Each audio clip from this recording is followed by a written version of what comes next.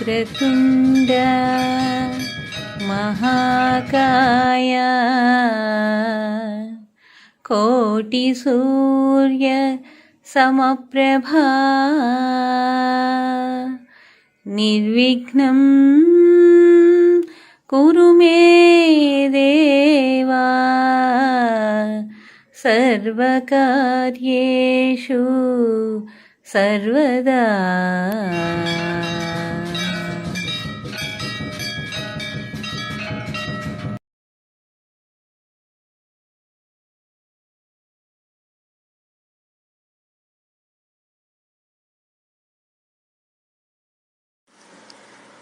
వారి శరీరాలు వేరైన ఆత్మలు ఒకటే. ఇదే సత్యాన్ని నిరూపించడానికి వారు జన్మించారు. అటువంటి పుణ్య దంపతుల ఆత్మకథ హృదయ నైవేద్యం.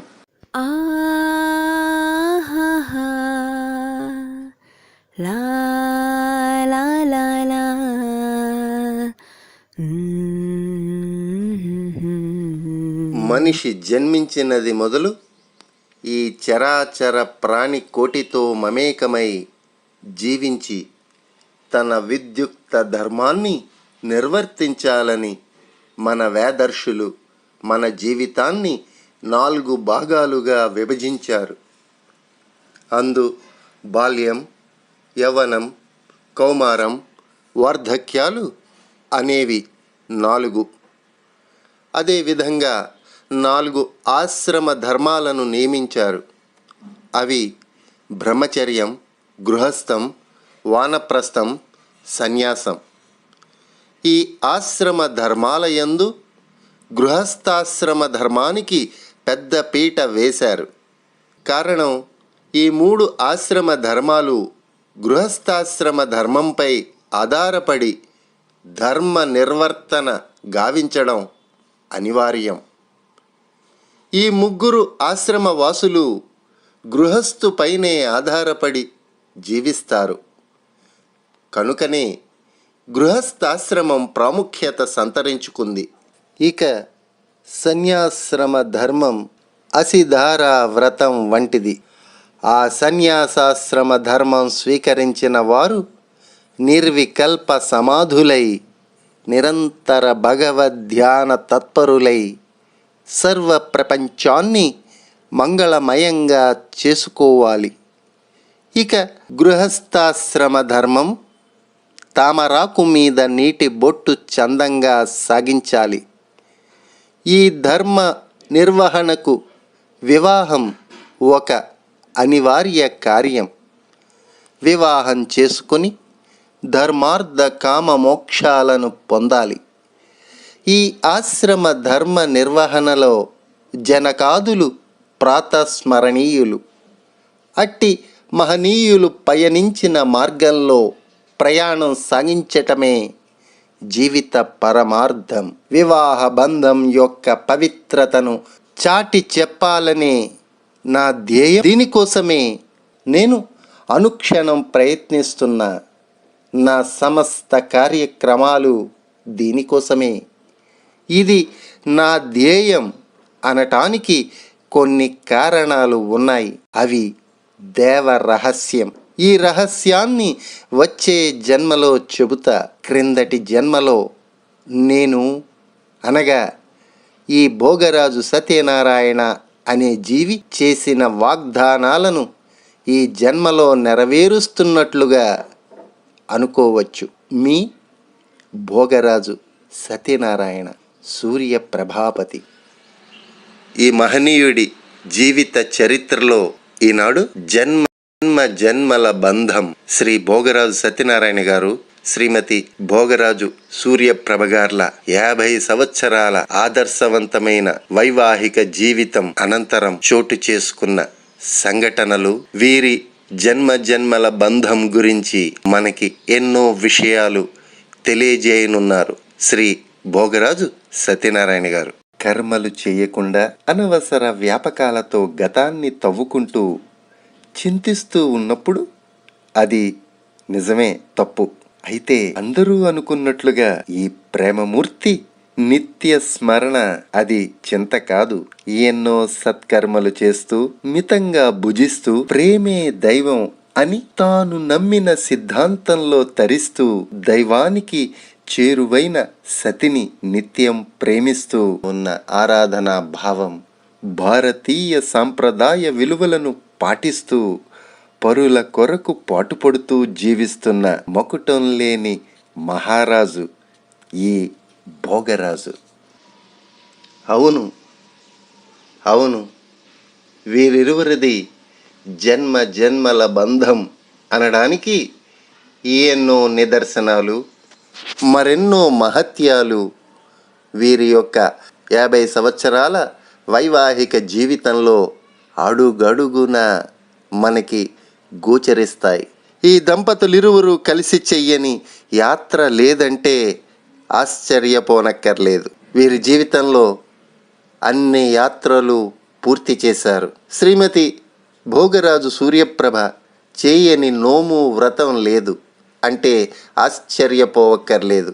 ఎన్నో నోములు, వ్రతాలు, పూజలు, అలాగే పండుగ పర్వదినాలు ఎంతో రంగరంగ వైభవంగా కుటుంబ సమేతంగా జరుపుకున్న ఆదర్శ జంట శ్రీ భోగరాజు సత్యనారాయణ సూర్యప్రభ గారులు. ఇంత అద్భుతమైన జీవన ప్రయాణంలో ఒక్కసారిగా అనుకోని యాత్ర, అదే స్వర్గలోక యాత్ర. ఈ విషయం గురించి శ్రీ భోగరాజు సత్యనారాయణ గారు మనందరితో ఈ విధంగా పంచుకుంటున్నారు. అన్ని యాత్రలు అయిపోయాయి, ఇంకా స్వర్గలోక యాత్ర ఒక్కటే మిగిలింది. పైనుండి అదృశ్య రూపంలో ఉన్న తదాస్తు దేవతలు తదాస్తు అన్నారేమో. నాకన్నా ఆరోగ్యవంతురాలైన ప్రభ 2015వ సంవత్సరంలో అక్టోబర్ 12వ తారీఖున రాత్రి 1:15 స్వర్గలోక యాత్రకు బయలుదేరింది.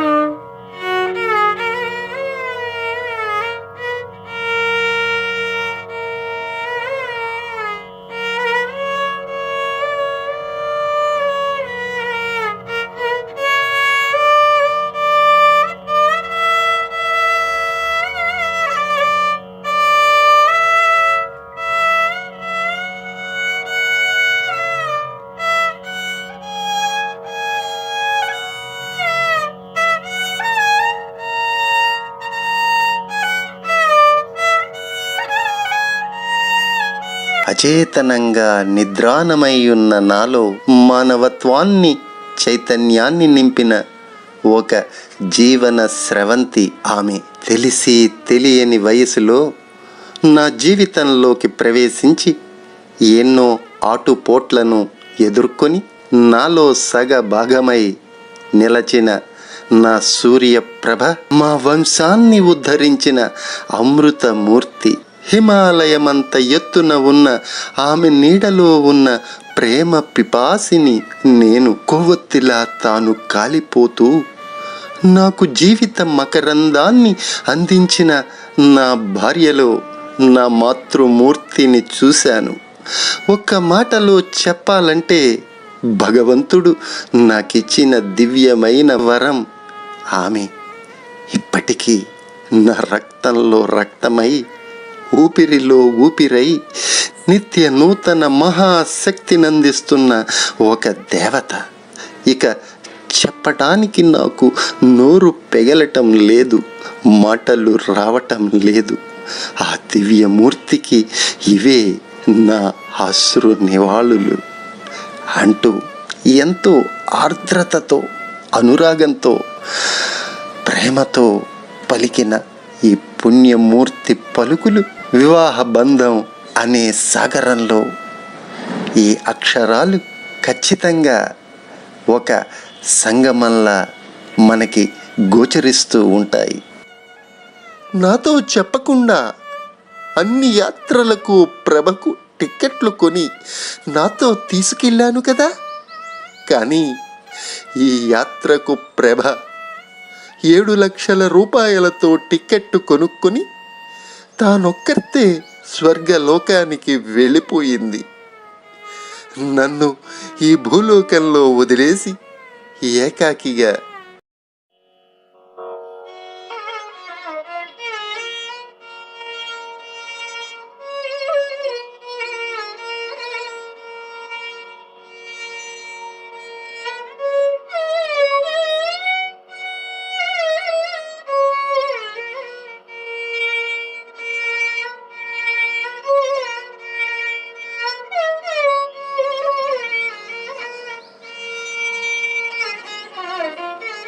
తాను ఏకాకిగా వెళ్ళింది, నన్ను ఏకాకిగా వదిలేసింది. ఇది చాలా చాలా చాలా అన్యాయం కాదా? నేను నాతో తనని అన్ని యాత్రలకు తీసుకెళ్ళానని విశ్వాసం కూడా లేదు. ప్రభకు ఏమన్నా అంటే లేడీస్ ఫస్ట్ అంటుంది. బహుశా అందుకేనేమో ఈ స్వర్గలోక యాత్ర కూడా ఆమెని మొదటిగా వరించింది.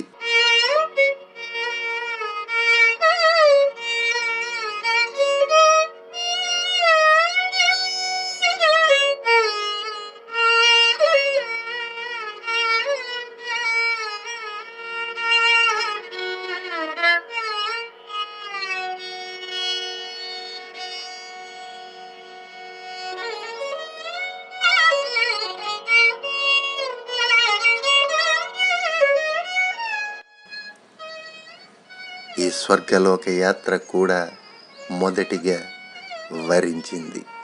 మానవుని జీవిత గమ్యం మోక్ష సాధనయే. మళ్ళీ జన్మ రాకుండా ఉండే స్థితిని సాధించుటయే. కానీ ఈ మహామాయలో పడి పునరపి మరణం పునరపి జననం జరుగుతోంది. బ్రహ్మాది దేవతలే మాయను జయింపలేకపోతున్నారు. ఇక సాధారణ మానవుల సంగతి చెప్పాలా? అసలు జన్మే వద్దంటే ఇక జన్మజన్మల బంధమా? అయినా సరే మా దంపతులది మాత్రం ఖచ్చితంగా జన్మ జన్మల బంధమే. వివాహానికి ముందు నాకు చాలా సంబంధాలు వచ్చాయి. చివరకు మా ఊరి ప్రక్కనే గల కొవ్వలిలో సూర్యప్రభ నచ్చింది. ఇదే జన్మ జన్మల బంధం అంటే.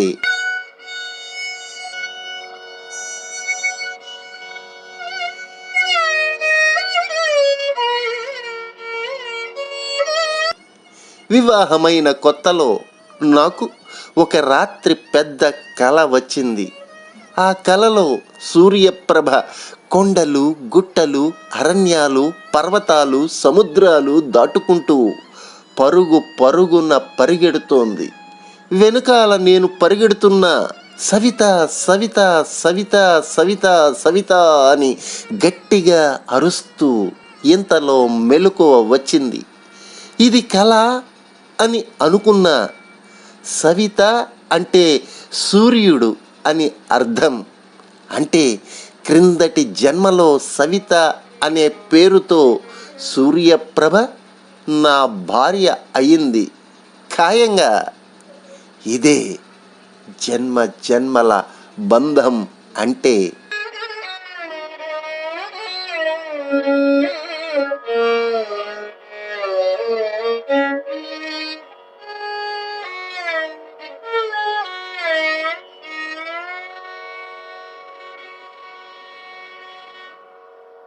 మా వైవాహిక జీవితం 50 వసంతాలలోనూ మేమిద్దరము సర్వకాల సర్వావస్థలయందు ఎప్పుడూ కలిసి మెలిసి ఉండేవాళ్ళం. ఆఫీసుకు వెళ్ళేటప్పుడు, బజారు పనులకు వెళ్ళేటప్పుడు తప్ప కూర్చున్నప్పుడు, నుంచున్నప్పుడు, నడిచేటప్పుడు, ప్రయాణాలలోనూ, తీర్థయాత్రలలోనూ, వేడుకలలోనూ ఎల్లప్పుడూ సూర్యప్రభను నా ఎడమ ప్రక్కన ఉంచుకునేవాడిని. మేము విడివిడిగా ఎప్పుడూ ఎవరికీ కనిపించే వాళ్ళం కాదు. పెళ్ళిళ్ళలో ప్రభను విడిగా వదలమని వాళ్ళ అక్క చెల్లెళ్ళు అనేటప్పుడు ప్రభకు నేను దిక్కు, నాకు ప్రభ దిక్కు. మాకు పిల్ల జల్లా ఎవరూ లేరుగా. మా మామగారు ప్రభను జాగ్రత్తగా చూసుకోమని నాకు ఇచ్చారు. నేను మాత్రం ప్రభను విడిచిపెట్టను అని అనేవాడిని. ఇదే జన్మ జన్మల బంధం కదా.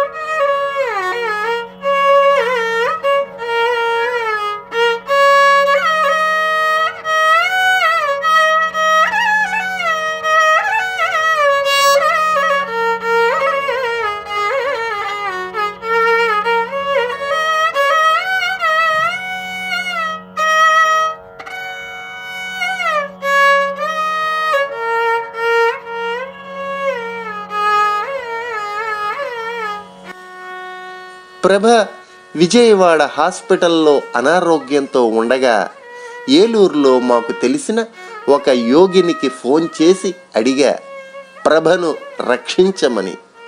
అప్పుడు ఆ యోగిని అంది కదా, నాయనా, సూర్యప్రభ పైలోకాలకు వెళ్ళే ప్రయాణంలో ఉంది. భగవత్ సంకల్పం ప్రకారం ప్రయాణిస్తోంది. నాయనా, నువ్వు ఆమె ప్రయాణానికి అడ్డు పెట్టకు, వెనక్కి రమ్మని సంకల్పించకు. వచ్చే జన్మలో కలవవచ్చు, లేదా స్వర్గంలో కలవవచ్చు. అంతే నాయనా. ఇదే కదా జన్మ జన్మల బంధం అంటే.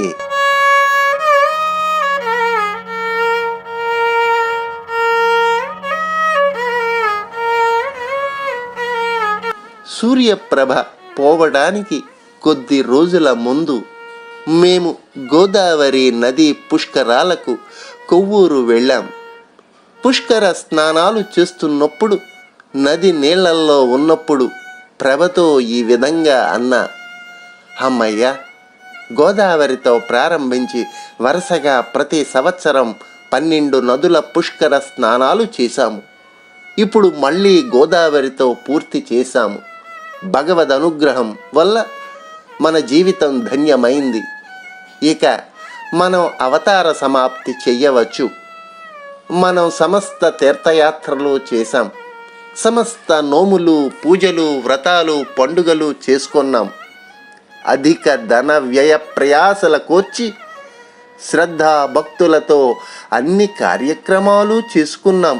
ఇదంతా భగవద్ అనుగ్రహం, పితృదేవతల ఆశీర్వాదం, గురుదేవుల అనుగ్రహం, పూర్వజన్మల పుణ్య ఫలం. కనుక మనం అవతార సమాప్తి చెయ్యవచ్చు. మోక్షం రాకపోతే వచ్చే జన్మలో కలుసుకుందాం అని సూర్యప్రభతో గోదావరి నదిలో స్నానం చేస్తూ అన్న. తదాస్తు దేవతలు తదాస్తు అన్నారేమో కానీ కొద్ది రోజులలోనే సూర్యప్రభ నా జీవితం నుండి నిష్క్రమించింది. లేడీస్ ఫస్ట్ కదా. నేను ఏకాకిగా పైనుండి పిలుపు కోసం ఎదురు చూస్తున్నా సూర్యప్రభను కలవడానికి. ఇదే కదా జన్మ జన్మల బంధం అంటే.